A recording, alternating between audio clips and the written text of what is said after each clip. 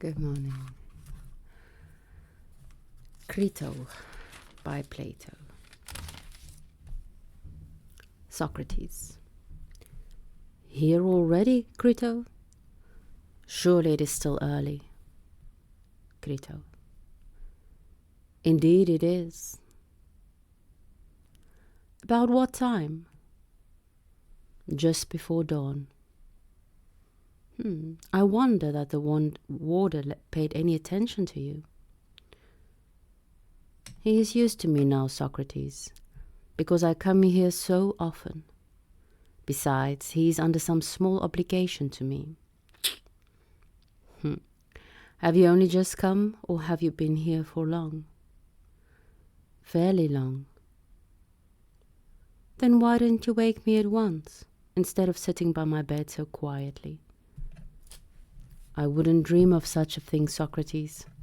I only wish I were not so sleepless and depressed myself.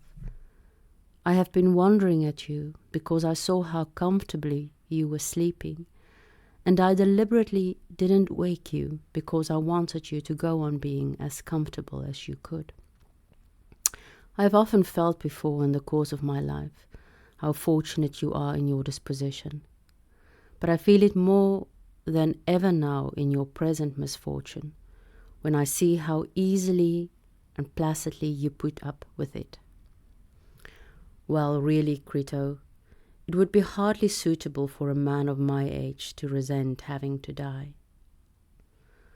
Other people just as old as you are get involved in these misfortunes, Socrates, but their age doesn't keep them from resenting it when they find themselves in your position. Quite true. But tell me, why have you come so early? Because I bring bad news, Socrates. Not so bad from your point of view, I suppose, but it will be very hard to bear for me and your other friends, and I think that I shall find it hardest of all. Why, what is the news? Has the boat come in from Delos? The boat which ends my reprieve when it arrives? It hasn't actually come in yet, but I expect that it will be here today, judging from the report of some people who have just arrived from Sunium and left it there. It's quite clear from their account that it will be here today. And so by tomorrow, Socrates, you will have to end your life. Well, Crito, I hope that it may be for the best. If the gods will it so, so be it. All the same, I don't think it will arrive today. What makes you think that? I will try to explain. I think I am right in saying that I have to die on the day after the boat arrives.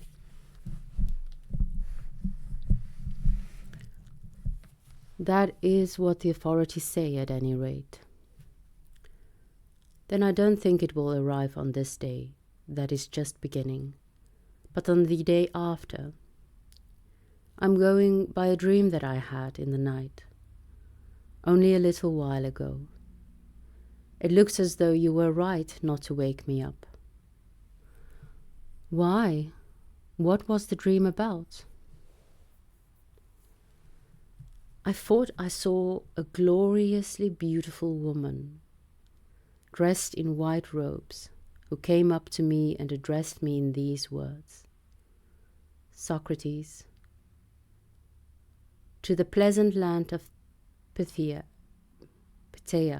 on the third day thou shalt come.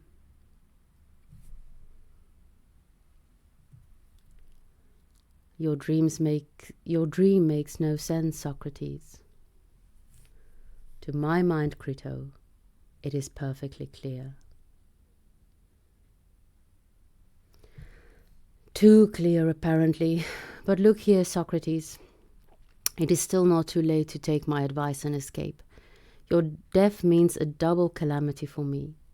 I shall not only lose a friend whom I can never possibly replace, but besides a great many people who don't know you and me very well will be sure to think that I let you down, because I could have saved you if I had been willing to spend the money. And what could be more contemptible than to get a name for thinking more of money than of your friends? Most people will never believe that it was you who refused to leave this place, although we tried our hardest to persuade you. But my dear Crito, why should we pay so much attention to what most people think? The really reasonable people, who have more claim to be considered, will believe that the facts are exactly as they are. You can see for yourself, Socrates, that one has to think of popular opinion as well. Your present position is quite enough to show that the capacity of ordinary people for causing trouble is not confined to petty annoyances, but has hardly any limit if you once get a bad name with them. I only wish that ordinary people had an unlimited capacity for doing harm. Then they might have an unlimited power for doing good, which would be a splendid thing if it were so. Actually, they have neither. They cannot make a man wise or stupid. They simply act at random. Have it that way if you like, but tell me this, Socrates. I hope that you aren't worrying about the possible effects on me and the rest of your friends, and thinking that if you escape we shall have trouble with informers for having helped you to get away, and have to forfeit all our property or pay an enormous fine, or even incur some further punishment. If any idea like that is troubling you, you can dismiss it altogether. We are quite entitled to run that risk in saving you, and even worse, if necessary. Take my advice and be reasonable.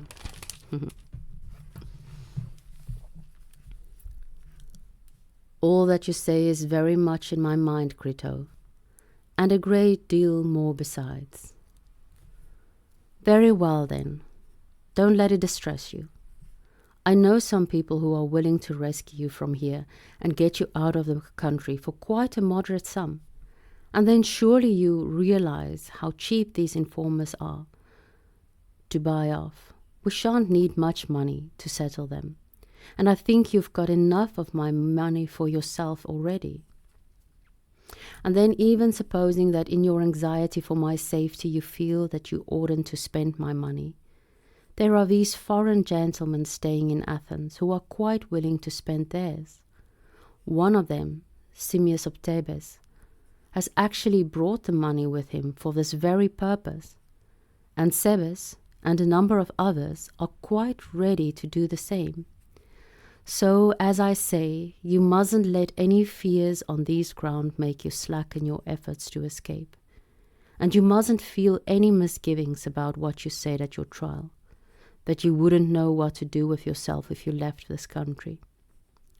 Wherever you go, there are plenty of places where you will find a welcome, and if you choose to go to Thessaly, I have friends there who will make much of you and give you complete protection, so that no one in Thessaly can interfere with you.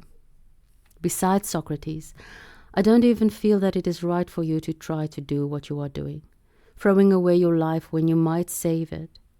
You are doing your best to treat yourself in exactly the same way as your enemies would, or rather did, when they wanted to ruin you. What is more, it seems to me that you are letting your sons down too.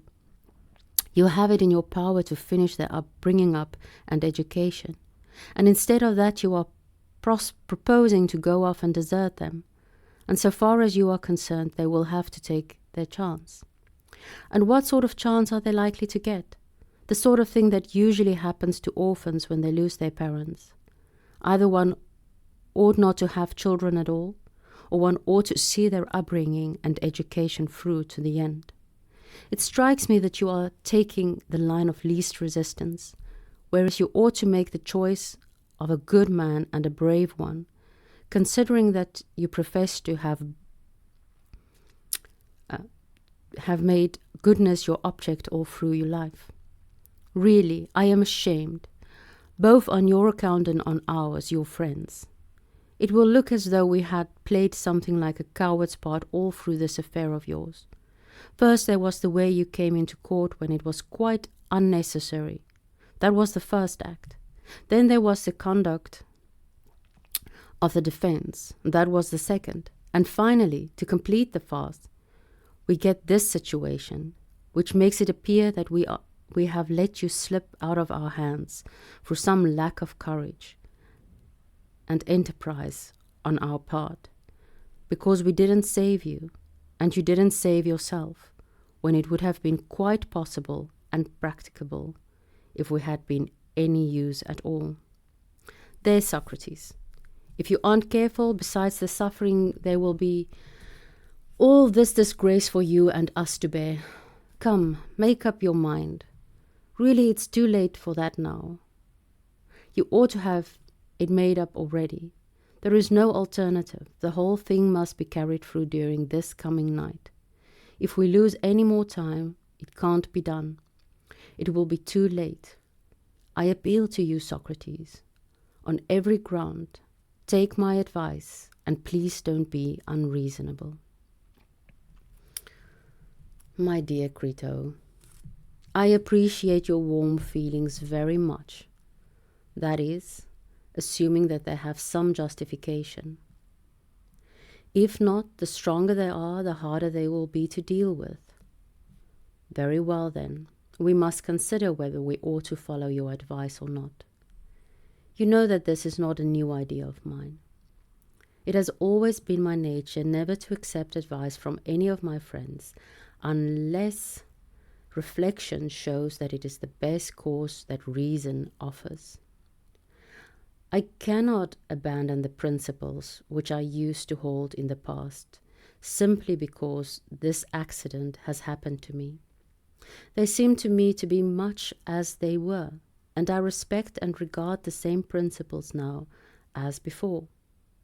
So unless we can find better principles on this occasion, you can be quite sure that I shall not agree with you, not even if the power of the people conjures up fresh hordes of bogies to terrify our childish minds by subjecting us to chains and executions and confiscations of our property. Well then, how can we consider the question most reasonably? Suppose we begin by reverting to this view which you hold about people's opinions. Was it always right to argue that some opinions should be taken seriously but not others? Or was it always wrong? Perhaps it was right before the question of my death arose, but now we can see clearly that it was a mistaken persistence in a point of view which was really irresponsible nonsense. I should like very much to inquire into this problem, Crito, with your help, and to see whether the argument will appear in any different light to me now that I am in this position, or whether it will remain the same, and whether we shall dismiss it or accept it. Let's stop there for today.